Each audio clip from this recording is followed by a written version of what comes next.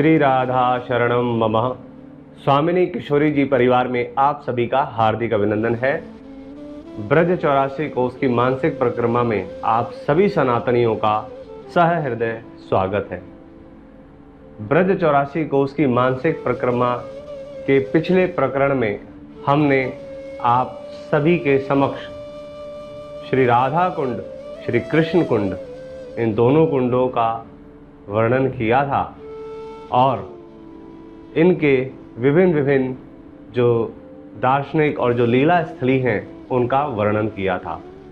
आज हम आपके समक्ष गिरिराज जी की कुछ विशेष लीला स्थली और दार्शनिक स्थली का वर्णन करेंगे।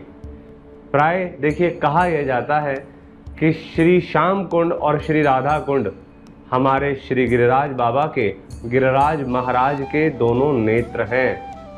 यह हमारे गिरिराज जी के सबसे विभिन्न अंग हैं। यह हमारे गिरिराज जी के सबसे सर्वश्रेष्ठ अंग माने जाते हैं, श्री श्याम कुंड और श्री राधा कुंड।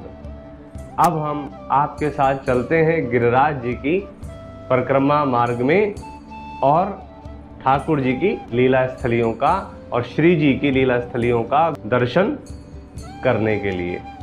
हमारे साथ ब्रज 84 कोष परिक्रमा में जुड़े रहिए और अपने अंतःकरण में ठाकुर जी को बैठाल कर तब ब्रज 84 कोष की परिक्रमा को लगाइए। तो आइए आज शुरू करते हैं। हम श्री गिरिराज जी की तलहटी में कुछ दार्शनिक स्थल, श्री गिरिराज जी की जब परिक्रमा करते हैं परिक्रमा मार्ग में कुछ दार्शनिक, कुछ लीला स्थली हमारे कन्हैया की। तो प्रथम जो स्थान है वह स्थान है मुखराजी। मुखराजी क्या है? हमारी किशोरी जी की नानी का निवास स्थान है। हमारी किशोरी जी की नानी यहाँ रहा करती। मुखराजी में किशोरी जी की जो नानी जी थी, इन्होंने यशोदा मैया को बाल्यावस्था में दुग्धपान कराया था। मुखराई में हमारे जो किशोरी जी की नानी है, तात्पर्य वृषभानु जी की सास और हमारी कीर्ति मैया की माता श्री, वह हमारी श्री जी की नानी जी सवेरे सवेरे प्रातःकाल कन्हैया और श्री किशोरी जी इन दोनों के बड़ी उत्कंठा से दर्शन के लिए सवेरे सवेरे जाती थी। और यहाँ पर मुखरा देवी का भी मंदिर है। प्रणाम करते हैं इस स्थान को और परिक्रमा मार्ग में आगे बढ़ते हैं। अगला जो स्थान है वह है रतन सिंहासन। जी हाँ, रतन सिंहासन। शंखचूड़ नाम का एक दैत्य जब हमारे कन्हैया, गोप, गोपियाँ, श्री जी सब मिलकर होली का आनंद ले रहे थे, उसी समय शंखचूड़ हमारे कन्हैया को, हमारे लाला को साधारण मनुष्य समझकर गोपियों को और श्री जी को हरण करने के लिए आता है। और वह जब आता है तो वह हमारे कृष्ण कृष्ण चिल्लाते हुए वह अंतर्ध्यान हो जाते हैं। तो हमारे कन्हैया, हमने बताया ही था कि आपको पिछले प्रकरण में इस कथा के बारे में आते हैं और जोर से भागकर उसका वध कर देते हैं। और वध करने के बाद उसके पास से एक मणि निकलती है। उस मणि को हमारे कन्हैया भैया बलराम जी को दे देते हैं। भैया बलराम जी उस मणि को लेकर धनिष्ठिका के हाथों में दे देते हैं और धनिष्ठिका यह मणि जाकर श्री जी को दे देती है। और यहाँ पर वह सिंहासन था जहाँ पे श्री जी हमारी झूला झूला करती थी। इस स्थान को, रमणीय स्थान को प्रणाम करते हैं और परिक्रमा मार्ग में आगे की ओर बढ़ते हैं। अगला स्थान है श्याम कुटी। जी हाँ, नाम से ही स्पष्ट है, श्याम, सब कुछ श्याम। यहाँ पर हमारे श्याम सुंदर ने श्याम रंग की कस्तूरी को अनुलोपन कर श्याम रंग के अलंकार तथा श्याम रंग के ही वस्त्र धारण कर श्याम रंग के ही निकुंज में प्रवेश किया था। तत्पश्चात गोपियां उन्हें पहचान नहीं पाई थी और बड़ी दिव्य लीला हुई थी उस समय हमारे यहाँ कन्हैया जी की। और यहीं पर ही पास में बाजनी शिला है जिसको बजाने से मधुर नाद ध्वनि उत्पन्न होती है। प्रणाम करते हैं, आगे की ओर परिक्रमा मार्ग में चलते हैं। अगला स्थान है ग्वाल पोखर। जी हाँ, यह वही स्थान है जहाँ पर हमारे कन्हैया, हमारे लाला और बाल सखा इन सब की क्रीड़ाएं होती थी। यहाँ पर इनकी छीना झपटी भी होती थी। एक प्रसंग आता है, हमारे श्री कृष्ण और बाल सखा मधुमंगल यहाँ पर दोनों, श्री कृष्ण हमारे पुरोहित बनकर और बाल सखा के साथ यहाँ पर हमारे श्री जी का सूर्य पूजन की विधि पूरी कराई थी और तत्पश्चात वह जाकर बैठ गए थे।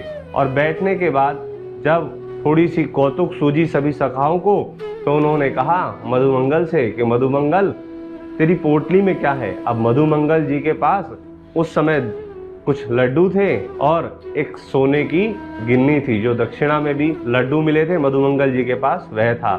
तो मधुमंगल जी ने कुछ शक पकाते हुए कहा कुछ नहीं है, कुछ नहीं है। तभी पीछे से दो बाल सखा आए, उन्होंने मधुमंगल जी की आंखों पर हाथ रख लिया और एक ने हाथ पकड़ लिए और इस तरीके से छीना झपटी होने लगी। जब छीना झपटी हुई तो मधुमंगल जी के पोटली में से लाडू वगैरह सब ले लिए और सब बाल सखा खाने लगे। मधुमंगल जी को बड़ा क्रोध आया और वह अपना जनेऊ हाथ में लेकर श्राप देने जा रहे थे, परंतु हमारे कन्हैया उनके पास पहुंचे, हमारे लाला उनके पास पहुंचे और उन्हें मधुमंगल जी को शांत कराया। और शांत कराने के बाद फिर मधुमंगल जी भी थोड़ा सा मुस्कुराए और बोले कि थोड़ा सा लाडू मुझे भी दो, थोड़े से लड्डू मुझे भी खिलाओ। तो मधुमंगल जी भी उस समय थोड़े से लड्डू खाकर वहाँ पर प्रसन्न हुए। तो यह वह क्रीड़ा स्थली है हमारे प्रभु की। प्रणाम करते हैं स्थान को और परिक्रमा मार्ग में आगे की ओर चलते हैं। अगला स्थान है किल्लोल कुंड। जी हाँ, यह हमारे श्री राधा कृष्ण और बाल सखाओं की क्रीड़ा का स्थल है। यह किल्लोल कुंड है। प्रणाम करते हैं और आगे चलते हैं परिक्रमा मार्ग में। अगला स्थान है कुसुम सरोवर। जी हाँ, बड़ा ही दिव्य और बड़ा ही रमणीय स्थान है कुसुम सरोवर। यहाँ पे लीलाओं के कुछ प्रसंग हैं, वह हम आपके समक्ष प्रस्तुत करते हैं। एक बारी हमारी किशोरी जी अपनी सखियों के साथ यहाँ पर पुष्पों का चयन कर रही थी पूजा अर्चना के लिए। तो पूजा अर्चना के लिए पुष्पों का चयन कर रही थी। हमारे कन्हैया जी वहीं पर विराजमान थे। कन्हैया जी ने देखा और पूछा कौन। तो हमारी किशोरी जी ने बोला आप कौन। तो फिर कन्हैया जी ने बोला कि आप बताइए आप कौन, हम पहचाने नहीं। तो हमारी किशोरी जी ने कहा कि आप सब पहचानते हैं, बोलिए। तो हमारे कन्हैया को कौतुक सूझी, बोलते हैं अच्छा अब हमें पता चला कि यह हमारी जो पुष्प वाटिका है, यहाँ से पुष्प कौन चोरी करता है, आज चोर पकड़ा गया। तो हमारी किशोरी जी कहती हैं अच्छा आप कब से यहाँ के मालिक बन गए, कभी यहाँ पर एक पेड़ भी लगाया है, कभी आपने एक पेड़ को पानी से भी सींचा है, उल्टा यहाँ लाखों गौओं को लाकर तुम उन्हें यहाँ के वन उपवन को उजाड़ते हो, तो तुम कब से यहाँ के मालिक बन गए। तो हमारे ठाकुर जी कहते हैं कि देखो यह धर्म विरुद्ध बात नहीं है, मैं धर्म की बात कह रहा हूँ, आप हमारी बात समझिए। अब हमारे ठाकुर जी तो कर रहे थे कौतुक, हमारी श्री जी को भी ये आया कि बड़े बने धर्मात्मा। तब हमारी किशोरी जी ने कहा कि बड़े बने धर्मात्मा, पैदा होते ही तो एक नारी का वध कर दिया पूतना, और उसके बाद फिर गोप और गोपों के संग गोपियों के घर से माखन चुरा के खाते थे, मैया से झूठ बोलते थे, एक बछड़े का वध कर दिया था गोवंश के रूप में, अपने आप को धर्मात्मा कहते हो। जब किशोरी जी हमारी कन्हैया की खिंचाई करने लगी, तब साथ में मधुमंगल जी थे, तो वह सर पर हाथ रखकर ऐसे खुजाने लगे और कन्हैया की तरफ बोलने लगे कि चुप रहने में ही भलाई है। तो यह दिव्य प्रसंग यहाँ का था। एक और प्रसंग आपके समक्ष हम प्रस्तुत करते हैं कुसुम सरोवर का। एक बार हमारी किशोरी जी कुसुम सरोवर में ही यहाँ पर पुष्पों का चयन करने आई।